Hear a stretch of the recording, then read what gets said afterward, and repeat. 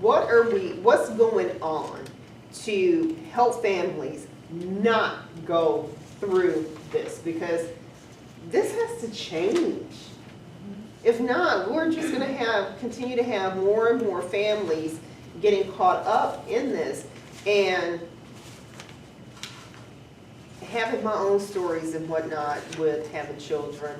I give them the good, the bad, and the ugly, and you can protect them against everything as much as you want to.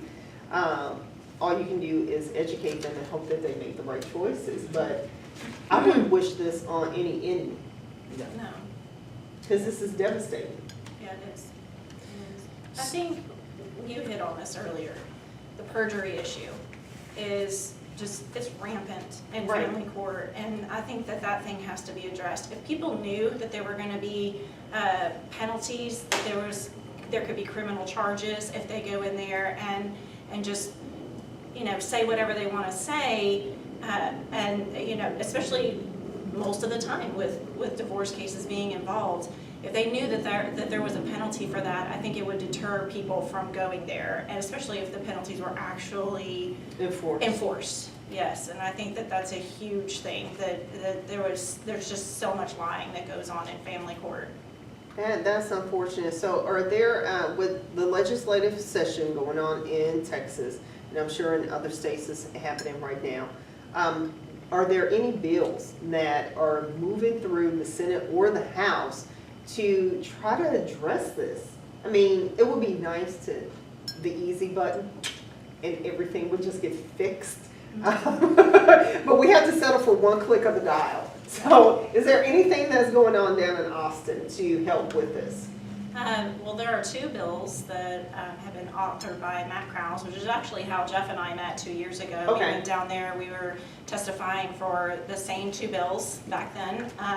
One is, and it's really addressing the no-fault divorce issue. Okay. Because I think because so many CPS investigations are brought on in the middle of divorce to get the upper hand, it's used in an abusive way in that way, then one of the ways we can combat that is to not make divorce so easy for no reasons.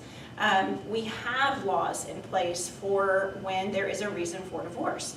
If there's abuse, if there's abandonment, if there's something like that, adultery going on, we have those in place. There's really no need for the no fault, especially because it truly is unconstitutional. That's a whole other conversation. But anyway, so to really address that and make it to where divorce isn't a quick in and out process.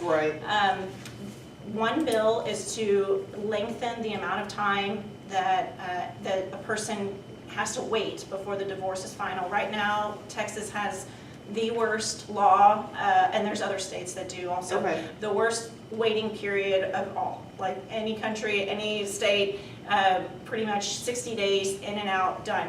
I know, a lot of times that's not even enough time for somebody to find a good lawyer. Yes, and I can't tell you how many people I know that they're doing the horizontal mambo again with their ex, and the ink hasn't even dried. And it's just like, really? It's absolutely true. That is absolutely true. I know personal friends that have done this. I know. So that's one. There's craziness there. So that's one way to help the issue. We're trying to get at least 6 months. I think 6 months is not even enough, but like you said, let's take one. I was going to say a year, but yeah. I think a year is the bare minimum, but hey, we'll take that click of the dial as maybe as we can get. And add some counseling in there. And then the other is just to repeal the no fault altogether. We have fault statutes in place. There's just no need to go the no fault route. And so if somebody actually has to come to court, there's a legitimate reason. They actually have to have proof and prove, okay, I'm breaking my family apart, but here's why. It's probably because the family's already breaking apart based on the behavior of the other person. There is due process in place.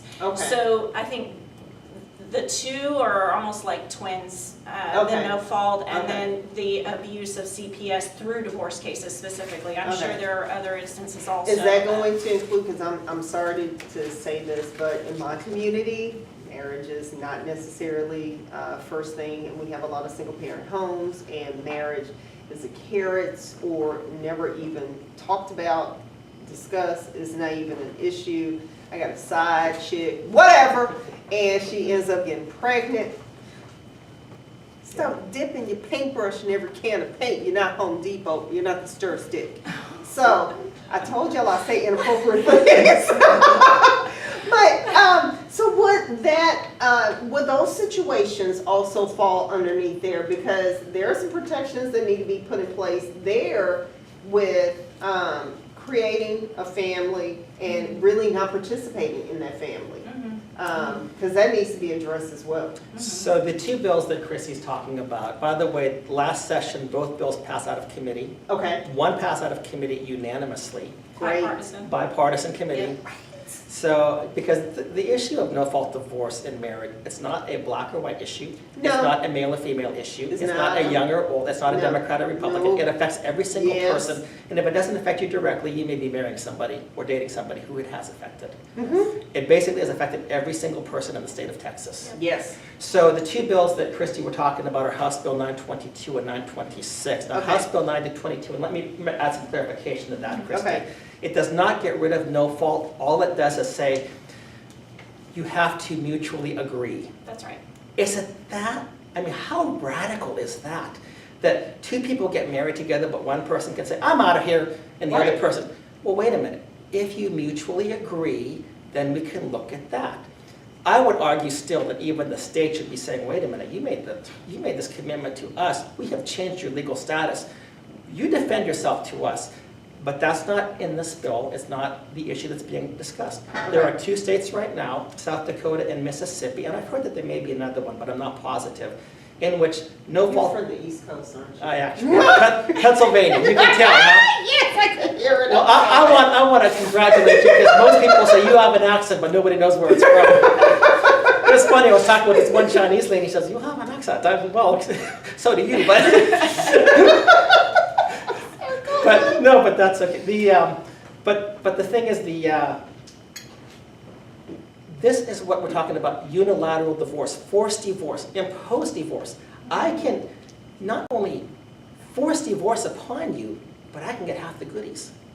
And and because I'm already lawyered up, I probably will get the kids too. And by the way, it's not just that I get half the goodies and everything else, you get to pay for the child support too. Yeah. So you get punished. And by the way, because you are now a non-custodial parent paying for child support, you're more likely to be alienated. And by the way, you also may not even be granted a passport to travel, because now you're a flight risk. And by the way, if you don't pay, you could be in contempt of court. So the Attorney General, and this is one of the weapons in his arsenal, can take away your driver's license, can prevent your car from being renewed, can incarcerate you.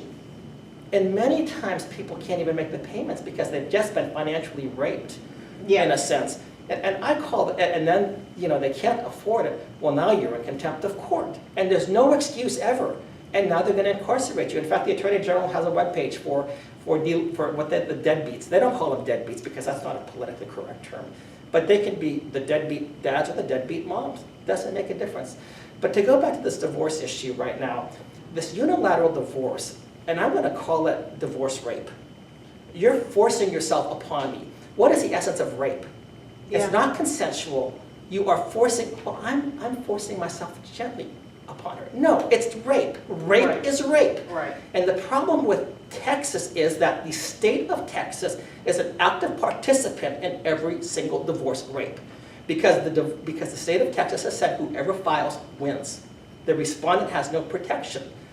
And the respondent then gets raped and re-victimized again. That's the problem.